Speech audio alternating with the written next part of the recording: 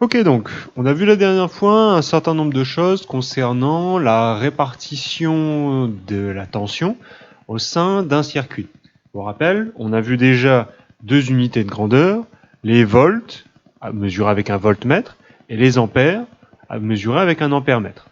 Pour le moment, on s'intéresse aux volts. Et la dernière fois, on a vu que lorsque je branche un circuit en série, la tension du générateur, par exemple ici de ma pile, elle va se répartir au sein de mes appareils, au sein des autres appareils qui sont branchés en série.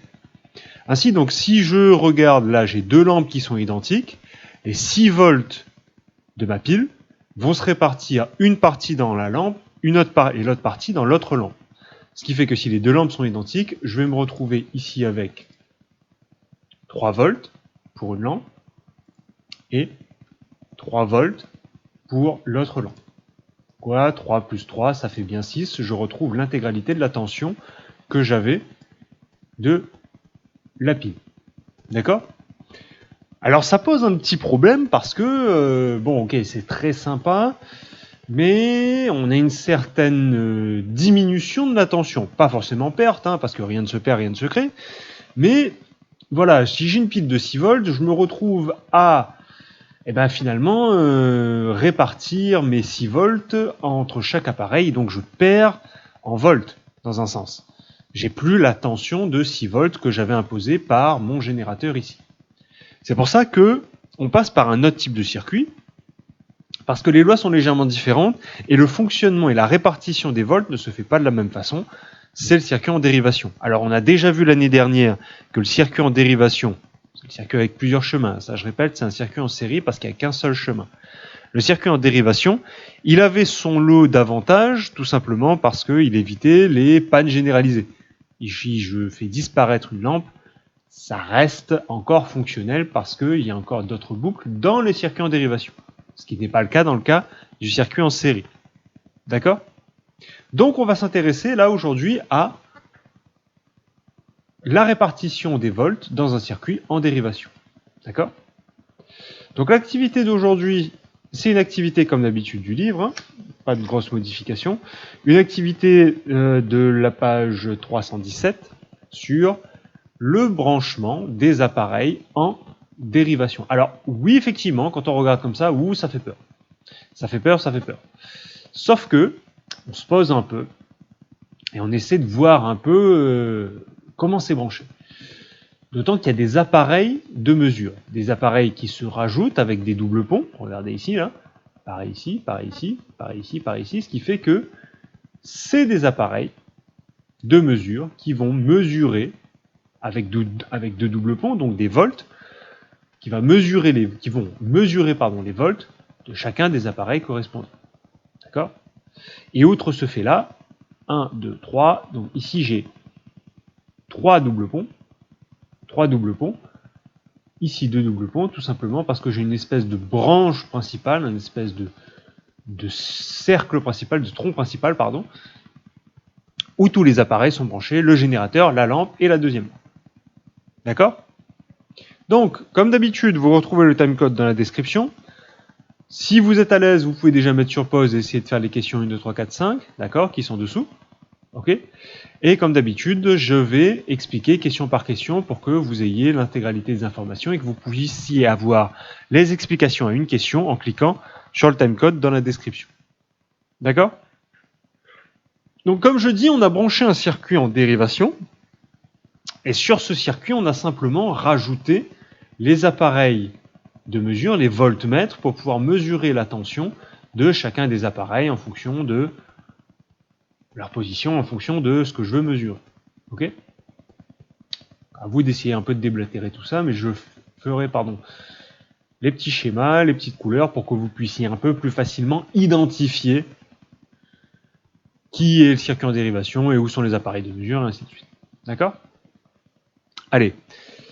Première question, schématise le circuit de la figure 2. Donc là, les questions classiques, hein, vous avez commencé à avoir l'habitude. Vous avez un montage qui est précisé ici. Il faut faire le schéma, c'est-à-dire le dessin avec les lettres V, avec les ronds, avec les croix, et ainsi de suite, comme j'ai montré juste avant. D'accord? Donc là, je vais passer relativement vite, c'est pas forcément le plus compliqué. Deuxième, relève la valeur des tensions, c'est-à-dire des volts, aux bornes du générateur et de bornes de chaque lampe. D, UG, U1 et U2. Alors là, pas de calcul. On demande de relever les valeurs. Relever les valeurs, c'est les donner. C'est-à-dire, donner les chiffres en fonction de l'expérience qu'elle a, il suffit de donner les chiffres des tensions, c'est-à-dire le chiffre des volts. Tension, volt. Essayez de toujours associer. Masse, gramme, kilogramme. Volume, litre. Tension, volt. D'accord? Ça doit être toujours clair dans votre esprit. Ok? Donc, relève les valeurs des tensions, il suffit simplement de donner le chiffre des tensions.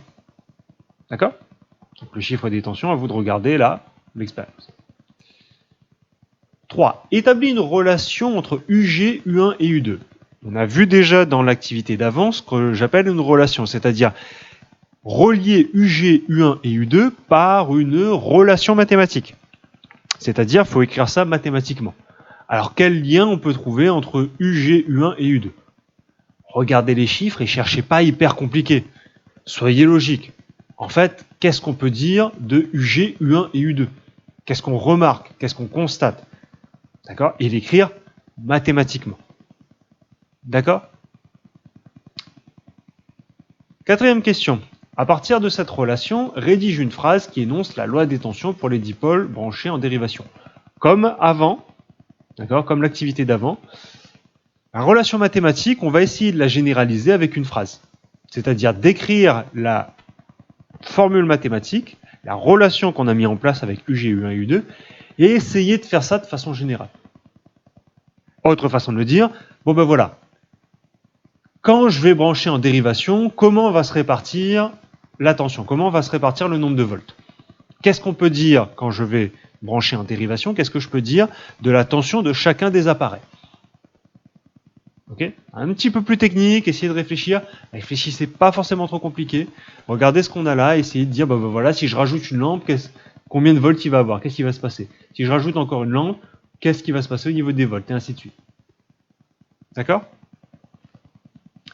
Et 5e question, une question un peu de réflexion. Les lampes L1 et L2 sont-elles adaptées au générateur? Alors, adapté, hein, on se souvient, quand j'ai un appareil, il a des informations constructeurs, c'est-à-dire qu'on donne par exemple la tension nominale, la tension de fonctionnement de cet appareil. Donc si il est adapté, il éclaire correctement. D'accord? C'est ça l'objectif. Si c'est adapté, si on a la bonne tension, si on lui a soumis la bonne tension, celle imposée par le constructeur, la lampe va s'éclairer normalement. D'accord?